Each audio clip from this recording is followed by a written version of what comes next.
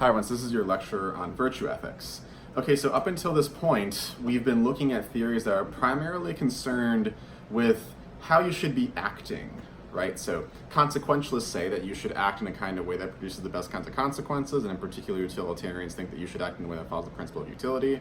Kant thinks you should act in a sort of way that can be universalized and that treats people as ends in themselves and never as mere means. Divine command theorists think you act in such a way that's in accordance with God's commands, and relativists think you should act in a kind of way that's in accordance with the beliefs of your society or your own beliefs. Okay, now, so there's a lot of focus on action, okay? That makes sense, right? Because it seems like when someone is doing something immoral, it's a kind of act that's immoral, right? It's the doing of something that's either immoral or moral, right? Giving to charity is a kind of act that seems like a good thing. Killing innocent people is another kind of act that seems like a bad thing. Okay, why am I going on about like actions in particular?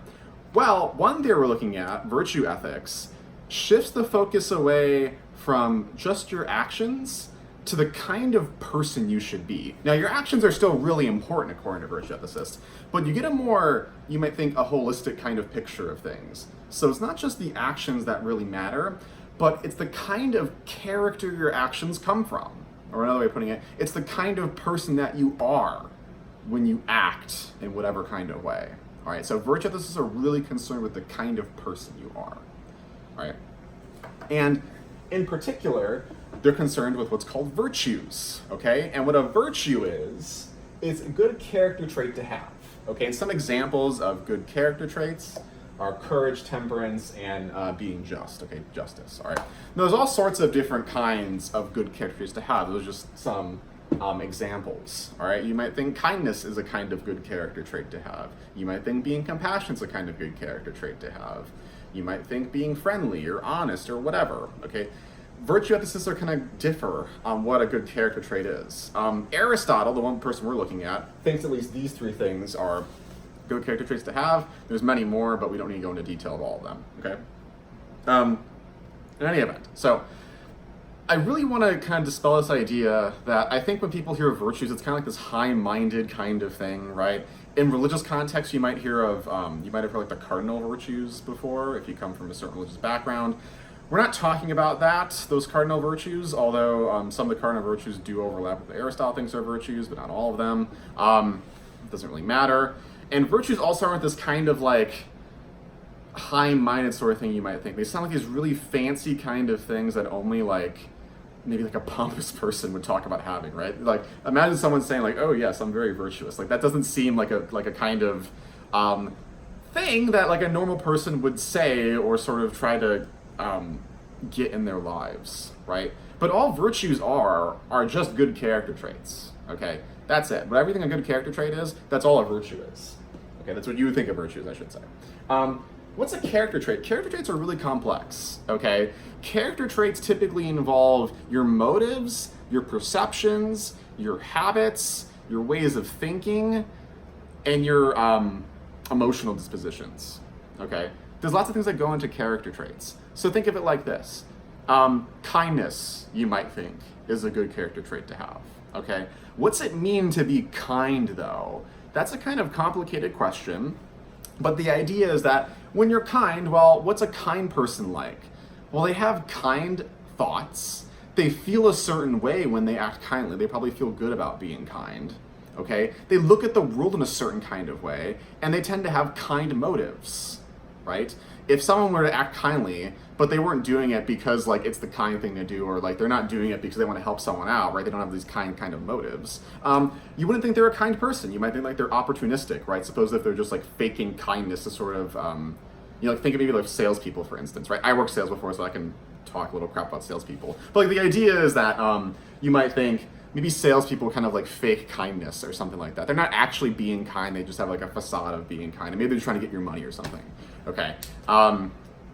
Anyway, so the idea is that kindness is like a really kind of complex character trait with these motivations and so on, all right? Every kind of character trait is just like that, right? When we say someone's kind, we say someone's courageous, we say someone's temperate. Temperate just kind of means you're a very moderate kind of person, so you don't take things to excess, or a just person, right? You sort of care about doing your duty, you might think, if you think we have any sort of moral duties, or you care about acting in a kind of way that gives people what they deserve. Okay, that's kind of what justice is there. All right, don't need to worry about the particular details too much. All right, so that's what virtues are. Now, on the opposite end, there's vices. Vices are just bad character traits to have, okay? So typically, once we talk about virtues, we're going to be focusing on two vices. All right, so sometimes people think there's only like a virtue and then there's a vice. Aristotle thinks there's actually two vices for every virtue. All right, and we'll talk about that in more detail in a second. But it's like vices, okay, as I said, they're bad character traits. So just like how virtues are character traits, and they encompass these sort of motives and perceptions and habits and so on, vices are the same kind of way. It's just for a bad kind of character trait. So when someone's cruel, they have cruel motives, they see things in a cruel kind of way, they engage in these cruel habits, okay? Things like that, right? So as I said, for every virtue for Aristotle, there's two vices, all right? So Aristotle thinks virtues are what he calls the golden mean between two extremes, and each extreme is either an excess or deficiency of something, okay? So here's an example. So let's look at courage here. Courage is a virtue, he thinks. It has to do with like how you perceive fearful situations, how you act in them, the sort of habits and so on and so forth, just by talking about character traits, okay? But it has to do with fear, okay? And how you handle fear, how you stand up to fear maybe, or how you know when to accept it and maybe back away from it, okay? So, we have courage here, all right? That's a virtue. And there's an extreme to courage, which you might be thinking is like overly courageous, like way too courageous. That's foolhardiness. So maybe you're not scared of anything at all, okay? He thinks that's a kind of vice, all right?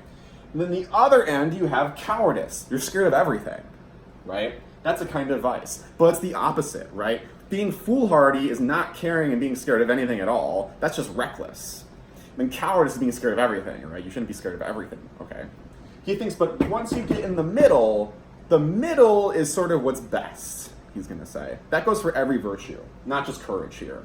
Same thing with temperance, justice, kindness, and so on, right? For kindness, you might think, okay, there's being like too kind, which you might be kind of like what's the word I'm looking for? Not a floor mat, but people like taking advantage of you, you might think, okay? And then the other end is just not being kind at all, okay? You're just being like really mean. But there's a middle ground where kindness is, where you're kind towards the right kinds of people in the right kind of situations. You're not like letting yourself being taken advantage of. On the other hand, you're not just being a complete jerk and not being nice to anyone at all ever, okay? So that's how Aristotle thinks of virtues. There's one virtue and there's two corresponding vices. One's an excess and one's a deficiency. Okay. Some other important features of virtue ethics to talk about. So Aristotle has this really big thing with moral exemplars. Okay, so you might think, all right, so great, we have all these virtues and whatever. Great. How do I become virtuous though? How do I get these good character traits? Aristotle thinks that the way you become virtuous is through habit and through finding moral exemplars. Moral exemplars are just people who are virtuous, okay? They're people who embody the virtues, all right? So think of somebody who you might think has like a lot of good character traits, or like maybe all the good character traits, right? So I hate to keep bringing up religious things because I don't want to make it seem like religion and philosophy are like integrally tied together, but it just happens to be a good example, okay? They're related, but they're not completely tied together. All right, so, but for instance, if you're religious, you might think that Jesus is a moral exemplar, okay?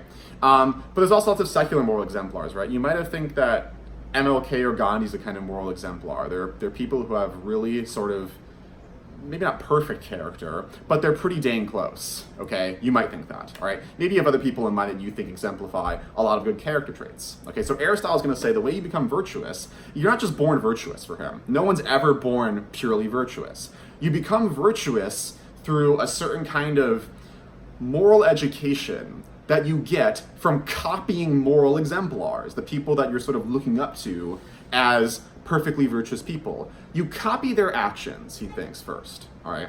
Now, you might not get it right away, right? It might be really hard and awkward, but you sort of copy and act as if. So there's a really nice quote in your book that talks about how you don't just become just, like overnight, right? You just do just things, or if you want to be kind, you just do kind things. And you might not really get it when you first start it. You might feel like this is kind of weird. I feel like I'm faking it, whatever. Think of confidence, for instance, right? So a lot of people say the way you become confident is by faking it till you make it, right? That's the idea there. And I can attest that that's true because well, mainly in the realm of like sales, I used to be an awful salesperson. I had a terrible time with talking to people, and now I have no problem at all, right? But I faked it until I was able to sort of get it, all right? I think that also applies, and Aristotle's going to think this also applies, to character traits that he's concerned with. So you become kind by just acting in kind kinds of ways. You might not get it, but as time goes on, you'll realize like, oh, okay, I'm starting to become a kind person. Your motives change, your perception changes, and crucially, your habits are going to change. Habits are really important for Aristotle. He's going to say that once you get into the habit of acting kindly, or justly, or moderately, or whatever, okay, you'll start to pick up on all the relevant emotions and dispositions and motives and perceptions that come with being a kind or whatever person, okay? So you find your moral exemplar, you act as if you're just and whatever, and then you get into these habits, and these habits are a really powerful thing that eventually help you become virtuous, okay? So it's a process. You're not just born with it, all right? So that's one really important feature. The other important feature is this thing called eudaimonia, okay? Eudaimonia is a Greek word, and there's some debate of how it's translated. I think the best translation is flourishing. So some people say it's happiness. I think that's really misleading. I think your book really briefly mentions happiness. I don't think it's a good way of thinking of things, all right? You should probably think of it more as flourishing. So eudaimonia, or flourishing, is what Aristotle thinks you will be in a state of when you're virtuous. So some people might wonder, okay, yeah, these virtues are like, they're good to have, whatever, but like maybe you might be wondering, okay, but like why should I be virtuous? Why should I try to have these good character traits? Aristotle is going to say the reason why you should try to become virtuous is because you're going to flourish as a human being. He thinks that living a good life, which we'll talk about in this course, I think really briefly, and the moral life, those are all really tied together. He thinks that you're not going to live a good life unless you're moral, and vice versa. And the idea is that if you embody these good character traits, you're going to be a flourishing human being. And what's that mean? That means you're sort of living up to your potential fully as a human being. Human beings, he thinks, in a way, were meant to be virtuous, right? We're sort of like at our peak performance as humans when we're virtuous, okay? And you're going to live a fulfilling life and a good life if you act virtuously. You're going to be flourishing. Now, the reason why this happiness thing is a little misleading is because there's going to be times where being virtuous isn't going to make you happy, right? And there's all sorts of lives you can live that are definitely not virtuous that you might end up being happy as a result of, right? So you might think maybe tyrants, for instance, like political tyrants, who benefit off the suffering of others. They might end up being happy. Now there's some problems with them. Maybe they're like super paranoid as well. But let's just say like they're really happy, okay? Aristotle's gonna say, but they're actually not living a good life. Maybe they're happy, but they're not flourishing, right? Aristotle's gonna say there's more to life than just being happy. It's also having a certain kind of character. Okay, so that's eudaimonia. We talked about moral exemplars, and we talked about virtues being good character traits, vices being bad character traits, and the golden mean. All right, so that's all you need to know for virtue ethics. The next video we'll be looking at is objections to virtue ethics.